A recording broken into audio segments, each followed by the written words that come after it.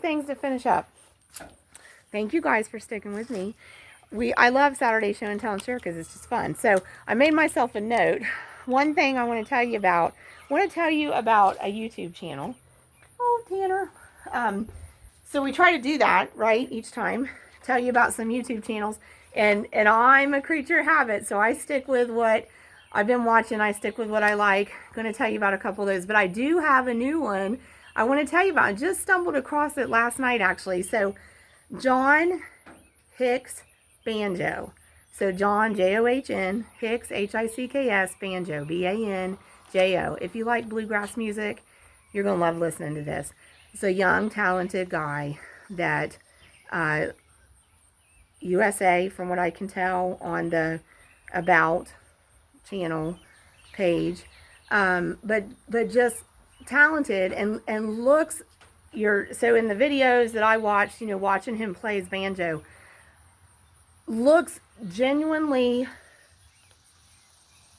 just so invested in playing, and the expression comes through, and you see just this genuine enjoyment of producing that music. And what a talent, what a skill to have, and how blessed we are that the people who have the talent for music share it with us. But we were actually sitting right here on the porch last night.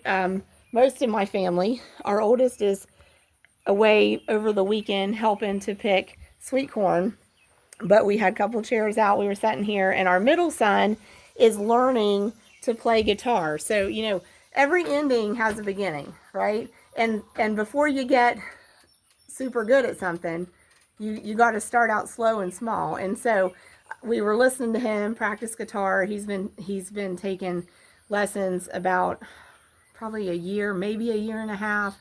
And it's really amazing just to watch him, even at this stage he's at, learning to play guitar.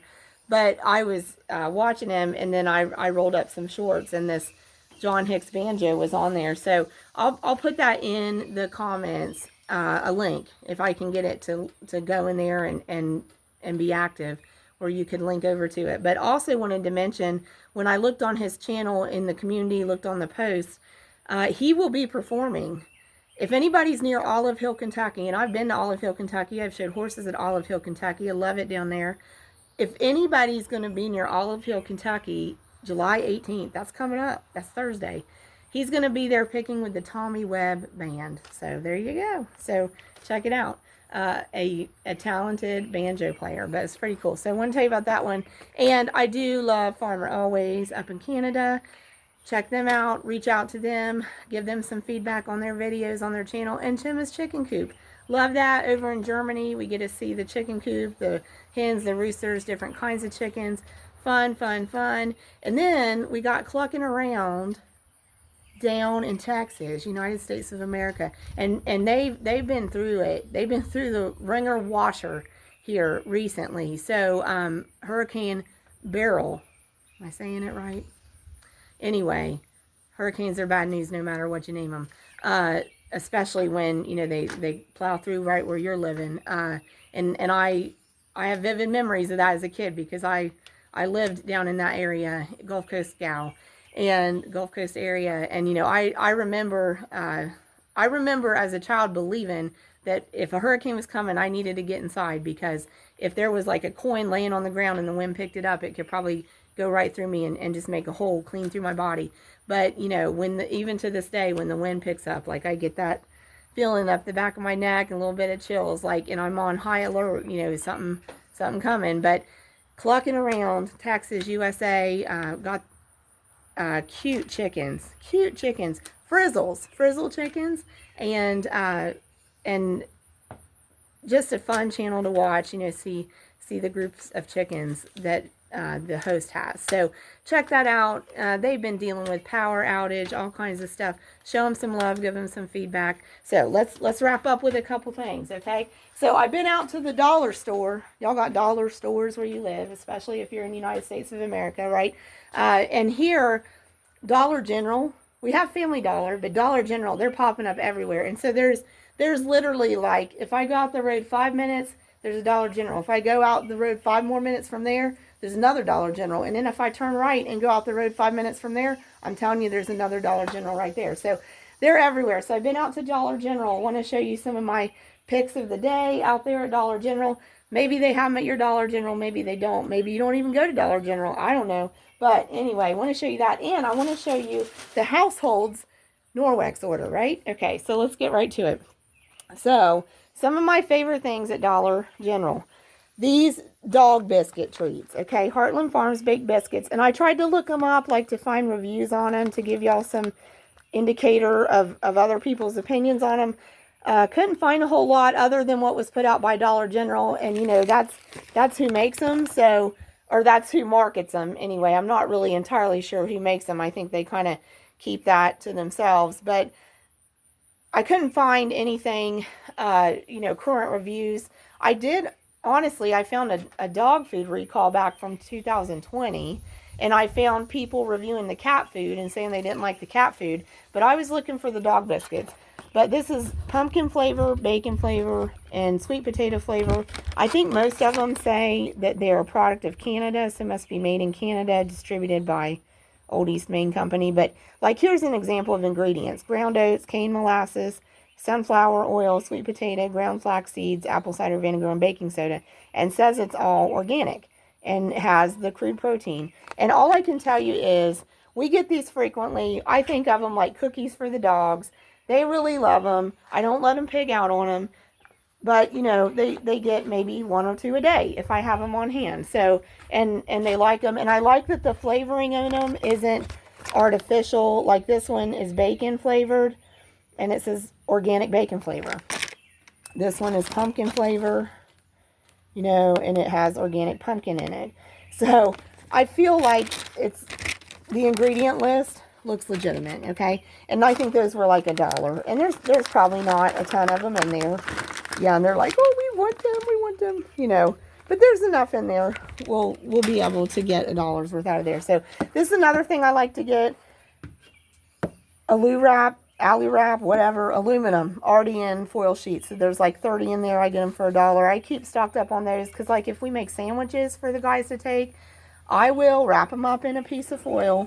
And also like to make deli wraps out of tortillas and ranch dressing, shredded lettuce, lunch meat, and shredded cheese. And I wrap those in these as well. So they're just handy to have. So, you know, this piece of the box comes off and you tear that off and then the foil sheets pop up out of there, okay? So another couple things. Well, let's look at these first of all. Canned goods. You can't go wrong with canned goods, right? I love green beans. That's my favorite. Prefer to grow them and can them, but I love the ingredient list on this. Green beans, water, and salt. And I love this because I'm in the United States of America and I prioritize getting things from the United States of America, grown and packed in the USA. That's what I'm talking about, okay? So there you go. And this, you know, like, this is interesting to me. You know, it gives you the ingredients, or I mean the ingredients, gives you the instructions, like, well, you know, it's kind of obvious, you just heat it up, but anyway, okay. But, you know, don't store things like this in the metal can. If you don't use it all, put it in something else, okay? And we also get this one. I'll show you what this on top is here too, but love diced tomatoes with green chilies. We put them in everything. This has a pretty good ingredient list too. Tomatoes with juice, water, chopped green chili peppers, and then less than 2% of these things that are preserving freshness, right? But they're not, as far as I know, they're not awful things for us. But $1 and $1, okay? That didn't come on it. I'll tell you what that is. Got to show you these because this is the guys at my house, some of their favorite snacks. Pork, I call them pork rinds, but fried pork skins, okay?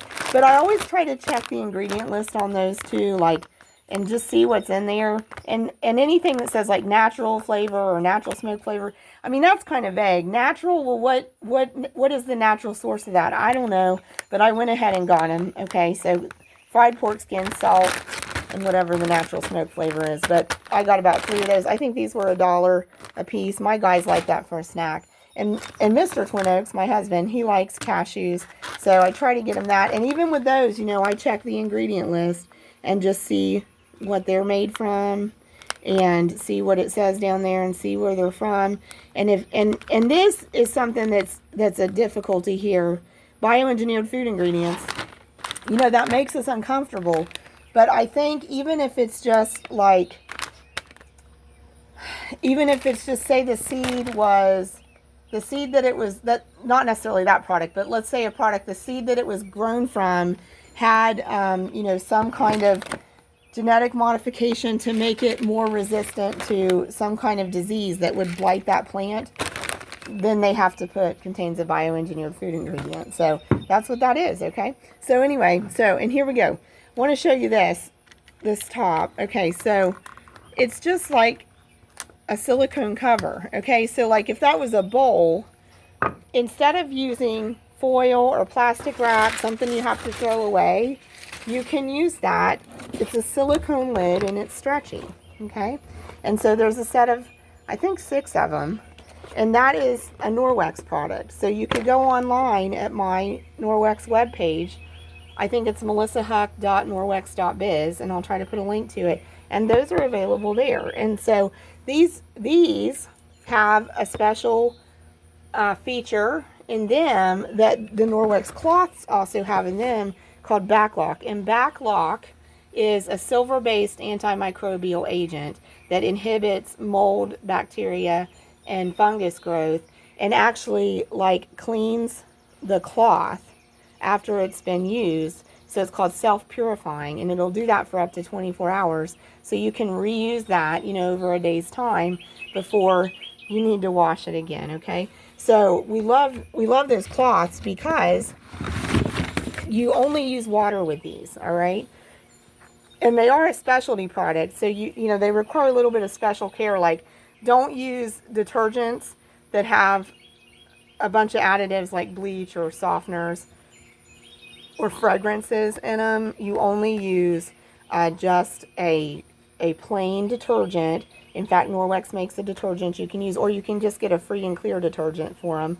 Love those, okay? And then these are actually sets that go in these travel bags, so you could take them with you, okay?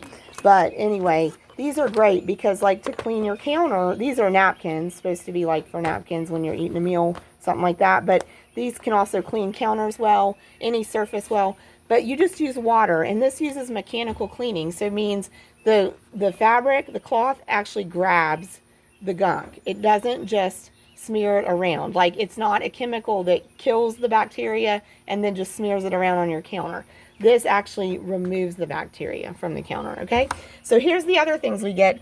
My husband prefers this deodorant. So I get this deodorant for him and for me. Okay, so we've got that. This bathroom cleaner, I got one for each of our bathrooms in the house. I love this bathroom cleaner. I use it like on the countertops, any surfaces. It has this pull cap that you put on there instead of that cap. And then I also love the stain remover from Norwex. Same with that. You swap out the cap for a pull cap, and it has instructions on the bottle how to use it. But that's my favorite stain remover. Okay, and then we got some hair care products. So there's a conditioner, a shampoo, got a couple of those, one for the guys downstairs, one for mom and dad's bathroom, a deep conditioner mask, somebody can use that for a hair conditioner, and I like this product for my hair protecting spray. I don't use it every day, but I really like this. It kind of is just a conditioner and tames like flyaways too. So anyway, so I love all those products. That's a household order of Norwex. If you have any questions about any of those kinds of products, let me know. But excited to use the lid covers because I like using things that are reusable. And so these can be reused. You don't have to throw them away like foil and plastic. And, you know, it gives you good tips on taking care of it and how to use it. Hand wash only. You know, obviously don't use in the oven. And it actually says it is safe in the microwave. I'm not going to put it in the microwave, but heat resistant and food safe silicone is freezer and microwave safe. I'm not going to put it in the microwave, but anyway, so excited to use those. I haven't used those before. So I'm going to finish up here with just watering my petunias and give you a tip on making it easy to take care of flowers around your household, like right around your porch. So I keep, let me turn that around. I keep a water jug right there, and it had this spout on it, and I pull that off, okay? And then since I fill it like at night, And then I've already pulled these petunias down. And so the next day I just go and water the petunias. Okay. And so then another tip with petunias I want to tell you about. You deadhead the wilty ones. Okay. Like here's a wilty one. Here's a wilty one. Okay. And if you deadhead those, that encourages new growth. There's a wilty one. Now this one is wrinkly, but it's not wilty. That's a brand new one, and you want to let that grow, okay? Here's a wilty one. Tanner, you smell petunias.